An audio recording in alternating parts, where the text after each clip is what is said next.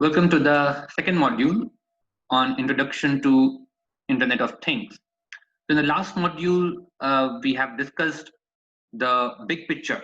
We have tried to understand the application of IoT at a higher level. We try to see what are the components in an IoT application. We try to see why IoT has become so important and why it is being considered as one of the most important pillars of the fourth industrial revolution, affecting many industries. So let us dive a little deeper and try to look into some of the interesting applications in various domains in different industry, so that you get a better idea of how this technology can produce value, how it can be used for innovation and implementing interesting, exciting solutions in many different industries.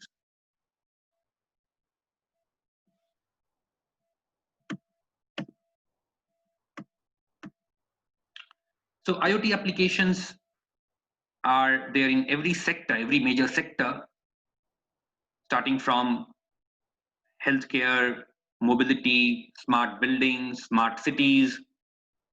All of us must have heard about the smart city plan that the government has been pushing. There have been a list of cities in India identified for the smart city project. So what does it mean by smart cities?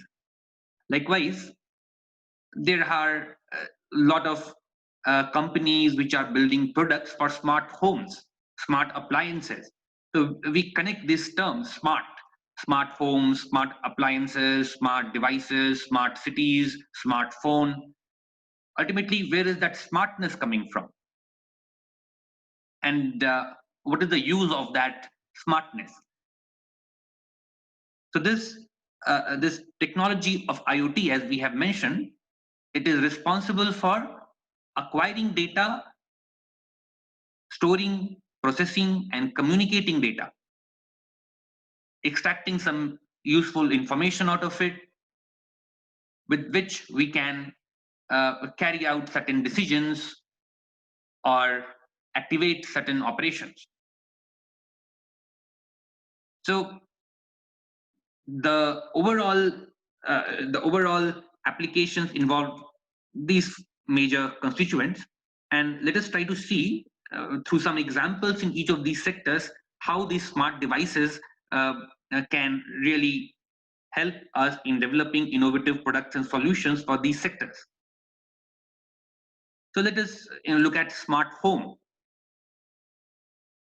So smart home would mean home with electronic gadgets which are wirelessly connected and which are helping us in simplifying our day-to-day life, which are helping us in carrying out our routine operations in a much more efficient way. Whether it is about controlling our electronic gadgets and home appliances, turning on and off the lights and the ACs and all kinds of kitchen appliances, monitoring the electricity consumption, doing security surveillance using CCTV, looking at your favorite entertainment devices from your desired locations, getting the data from your desired locations. So all these make the home smart because there is some inbuilt intelligence getting embedded in these devices. These electronic gadgets are getting connected with the help of wireless connections, and you are able to control them, you are able to visualize them, operate them from desired locations. So let us see, there can be several examples for that. Suppose there is a smart washing machine where it can give you alerts automatically. There is a small electronic devices fitted as a part of the machine which helps you in controlling the washing machine or looking at the status of the washing machine through your mobile app. So the mobile app that you have, it is acquiring data from a electronic device fitted into the washing machine, which tells you about the status. What is it currently doing? How much work has been completed? Whether it is getting overloaded? Whether the water has been filled properly or not? So there are many information that you'd like to watch about the machine while doing your other activities. You don't need to stand over there or wait for the alarm. Your mobile app can track it, and it can basically help you in operating it from a remote location. You may be somewhere else, but using a mobile app, you can instruct the machine to go towards the next step. Likewise, you can have smart lighting, where using your mobile application, you can turn on your lights.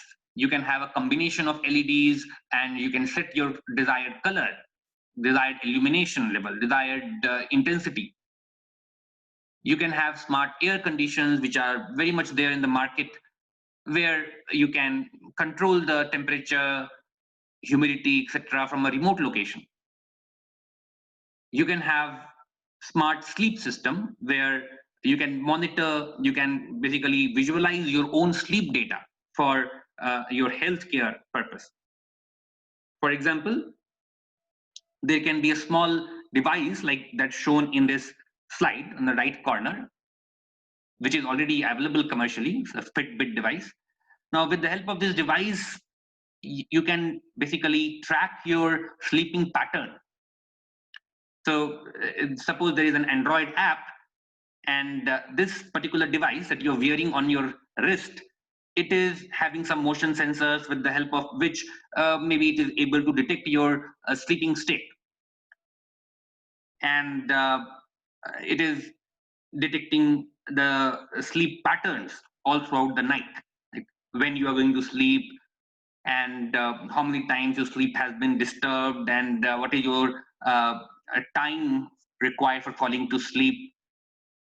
And even while you are sleeping, it may capture important parameters like your pulse rate or breathing pattern, etc. And all that data on daily basis is being communicated, it's being logged into your mobile phone and also on the server. So this small device that you're wearing on your hand, it may be having a Bluetooth, with the help of which it is sending data to your mobile phone. And in the mobile phone, there is an Android application which is acquiring all this data and generating these statistics. So you see the plot over here, it shows the statistics over the days, how your sleeping pattern has varied, how many hours you have been sleeping, and how many times, or what is the time for which you have been disturbed in the sleep, or how much time you have taken to go to sleep. So all these are important parameters for your health care. If your sleep period is not regular, or you're not able to sleep timely, you're having a light, I would say, awoken periods, that means there is something wrong with your sleeping. You're not able to get healthy sleep, which can affect your health in a negative manner. So through this simple device, you are able to track your sleeping behavior. Likewise, as I have discussed in the last class also, you can have devices which can monitor your activities, like your number of steps, your running speed, your the amount of you can also measure many body parameters like pulse rate. You can have wearable devices which are continuously monitoring your blood sugar also, and your cardiac health as well. And all this data can be visualized in your Android application. You can have weather stations for indoor as well as outdoor applications. So we all know that there are many cities in the country which are highly polluted, and they're keeping track of pollution level in our surrounding would be very important. So there you can have a tiny electronic device which is having number of sensors connected to it. These sensors are going to capture the information regarding the CO2 level, any kind of noxious gases, particulate matter, and also common parameters like temperature, humidity. That data can be basically communicated to your mobile application once again on a regular basis, and it can also be logged into the cloud application or server from where you can basically visualize it in long term as well. So if there is excess pollution, the air is getting too much polluted, you will be able to get an alert instantly, and probably you can take some corrective actions. Likewise, for outdoor also similar devices can be helpful. Another examples coming from kitchens, you can have a smart egg tray where it basically alerts you, sends you reminder automatically. So this egg tray is just a normal tray, but along with some electronic sensors and electronic devices fitted into it. It basically is able to tell you how many slots are empty and whether the eggs which are kept are healthy or they are going bad, with the help of some sensors. And these electronic devices once again able to communicate all this data to your mobile application, and you are able to get alerts about this. You can have again a lot of smart gadgets in the kitchen, like smart cooker, where you can visualize the you can control and visualize the state of your cooking. You can have application of these devices in agriculture, smart gardening as well as agriculture. So suppose you're having a kitchen garden and you want to basically minimize your time and effort for maintaining that garden. So can we automate some of the activities?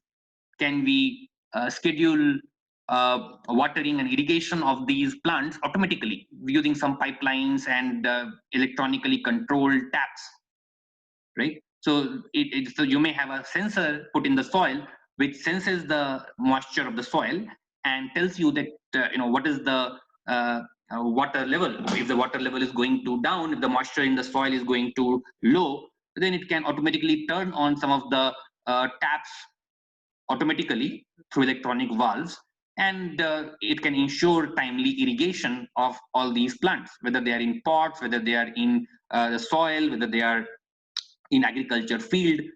So this kind of concept has been applied in agriculture, and irrigation is only one solution, but in agriculture also there have been many different applications of this kind of IoT devices. With the help of IoT devices, you can sense the nutrition in the soil. With the help of IoT devices, you can monitor the pest attack coming, how many pests are coming, and whether there is any serious pest infestation. Likewise, there are several other applications in automation of agriculture where IoT devices can be useful, like agriculture machinery, etc., where there is a lot of sensors required for collecting data from the field.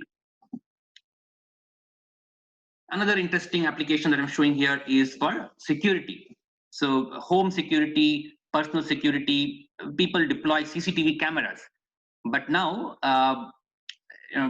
watching CCTV camera in a manual manner, it is time taking and it is tedious. So can we have smart mechanism through which an electronic device is capturing the video of my house's entrance, and it is sending that video to the cloud with the help of internet, and then I'm running some algorithms and some data processing in the cloud and detecting all the activities that are happening and generating alert. So whenever a person is entering my house, I get an alert. Even if an unknown person is entering, it can give me special alerts. So here again, at the core, we have some electronic device or a gadget which is acquiring that video, and it is communicating that data to the cloud. And then some data processing happens in the cloud, and we get the information or the alert on our mobile application. So again, this kind of products are very much coming into the market, right?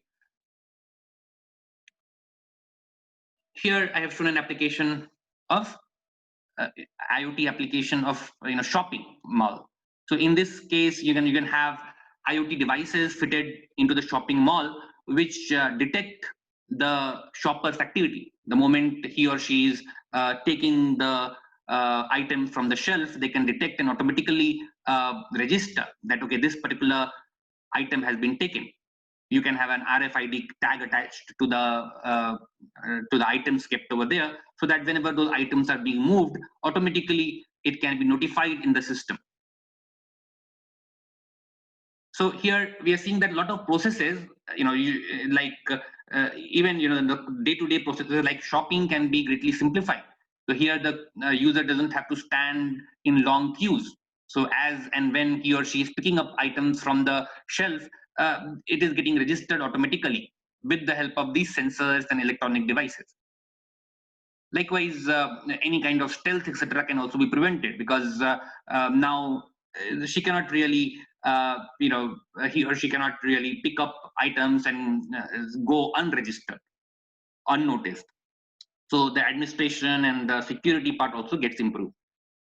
Now, exactly how these devices work, how these sensors work, how the RFID works, that of course needs detailed discussion, and we'll be taking some examples. But here, at least you are able to visualize the application, how an electronic device connected wirelessly with the IoT system can help in implementing some interesting solutions. Likewise, we can have smart waste management systems, which are again an integral part of smart cities, where small, cheap sensors deployed in cities in different bins, they can tell you the status of the bins, whether they are full, whether they are empty, whether the pickup has been done or not. And all the data from these different garbage bins in the major locations, they can be communicated to the server system with the help of wireless networks. And from there, the entire fleet for garbage picking can be managed. It can be the operator of the van, they can be informed about the garbage condition at different locations, so that they can plan their activity and they can plan the route automatically, and they can go to the sites where the garbage pickup is urgently required. Likewise, you can have fleet management in transportation. Also, there are a lot of interesting applications for IoT.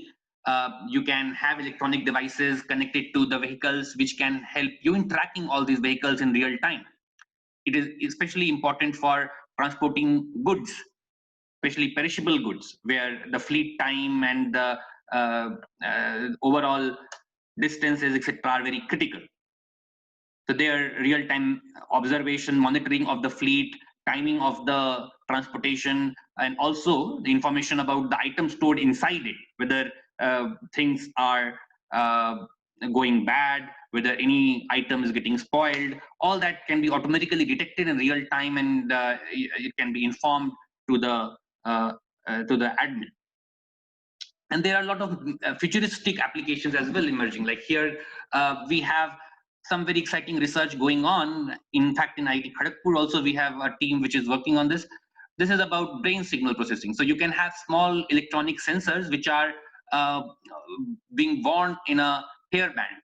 So here you can see this girl wearing a small hairband like a device, where you have some tiny sensors acquiring brain signal.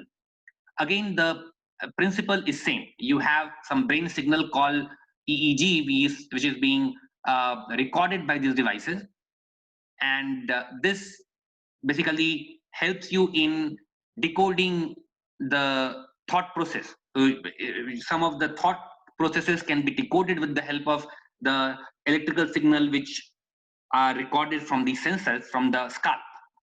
That is a very exciting and very, I would say, innovative area of research.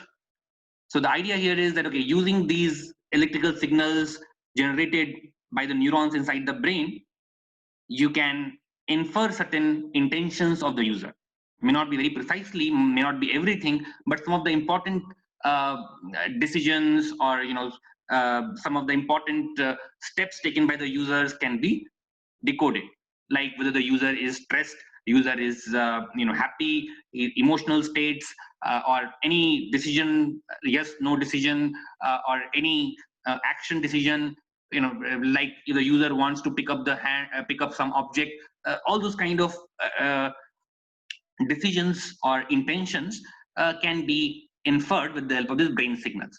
So you can understand how interesting this application can be. With the help of these electronic devices, you can think of automating certain applications, or you can think of controlling applications with the help of brain signals. And that's really exciting for many areas, especially security, military applications, where with the help of brain, probably you can control machines. So likewise, some of the applications are of course very futuristic, and there is a lot of research going on, and some applications they are very much in the market, and we are using them in our day-to-day life. So the basic principle here is that we have the major constituents of IoT system helping us in realizing these IoT devices, starting from the sensors. You can look at the bottommost level. There are different kinds of sensors which are helping us in acquiring data. Like the weather station I showed you, it may be having sensors for acquiring CO2, humidity, temperature, illumination, and other kinds of gases. Likewise, the security device, ultimately it is having maybe an audio and video sensor, which is a camera. Likewise, in the soil sensing example, in the gardening example, it may be a moisture sensor, which is sensing the soil humidity. So the first level is the sensor which are acquiring all this data. Next level is the network. You can see the network construction. So with these electronic devices which acquire data, ultimately they send the data over the network. So it can be a short range network like a Bluetooth connecting the data or the sensor to the mobile phone. It can be cellular network, because ultimately the mobile phone has to send the data to the server, so it will be doing it with the help of cellular network.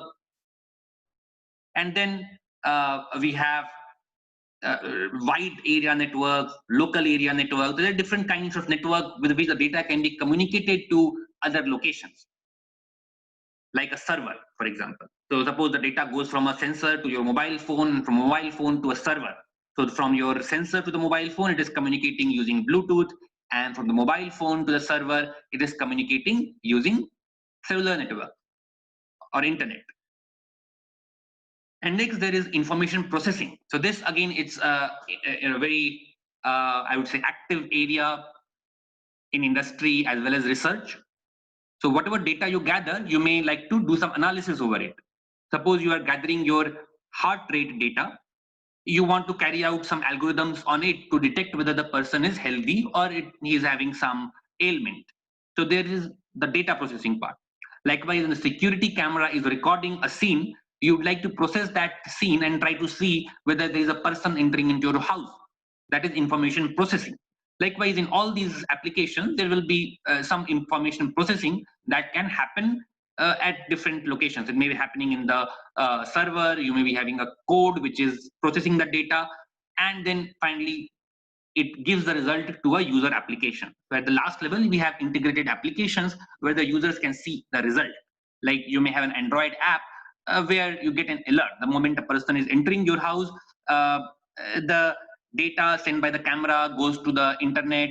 It goes to the cloud, where some algorithm is able to compute the result and show you the result in your mobile app.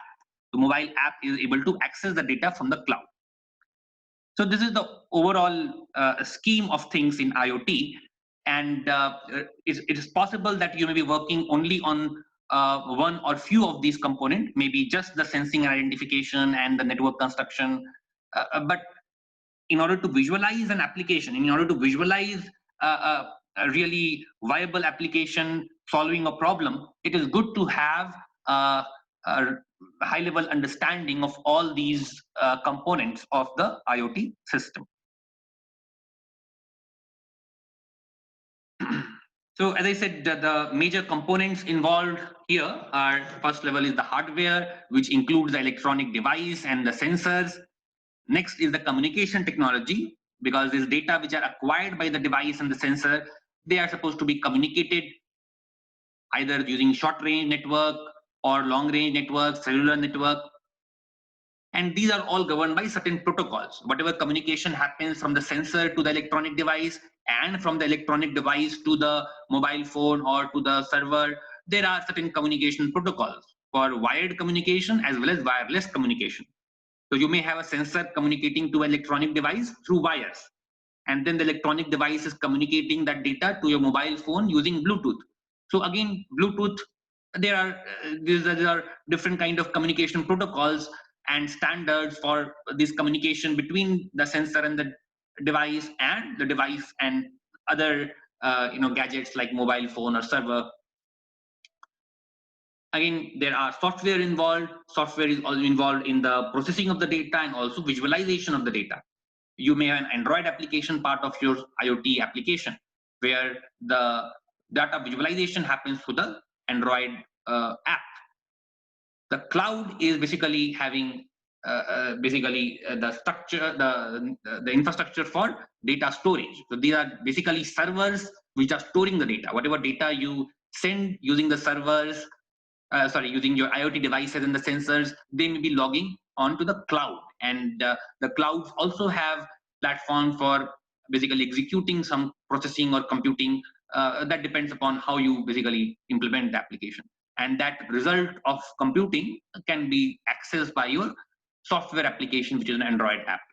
So I hope with this, the overall big picture is clear. And gradually in the next subsection, we'll be looking into some of the components, especially the hardware part. We'll be trying to understand the components of the overall hardware. We'll be trying to understand the data that can be acquired by the such hardware, analog as well as digital data, and then go ahead with and try to see how the communication happens, how the communication between the sensor and the electronic device happens, and from the device to the mobile application or a server, what kind of communication can be accomplished.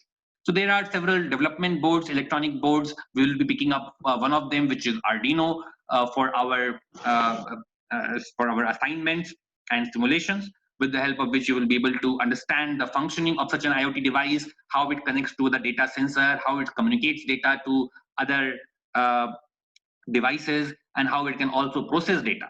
So all that we'll be looking into. And this kind of application that we'll be showing, you can basically do it in simulation, as well as you can acquire these devices available in the market, and you can build your own tiny project example as a part of this session. So let us end here and look into the details of the electronic hardware involved in the IoT system in the next module.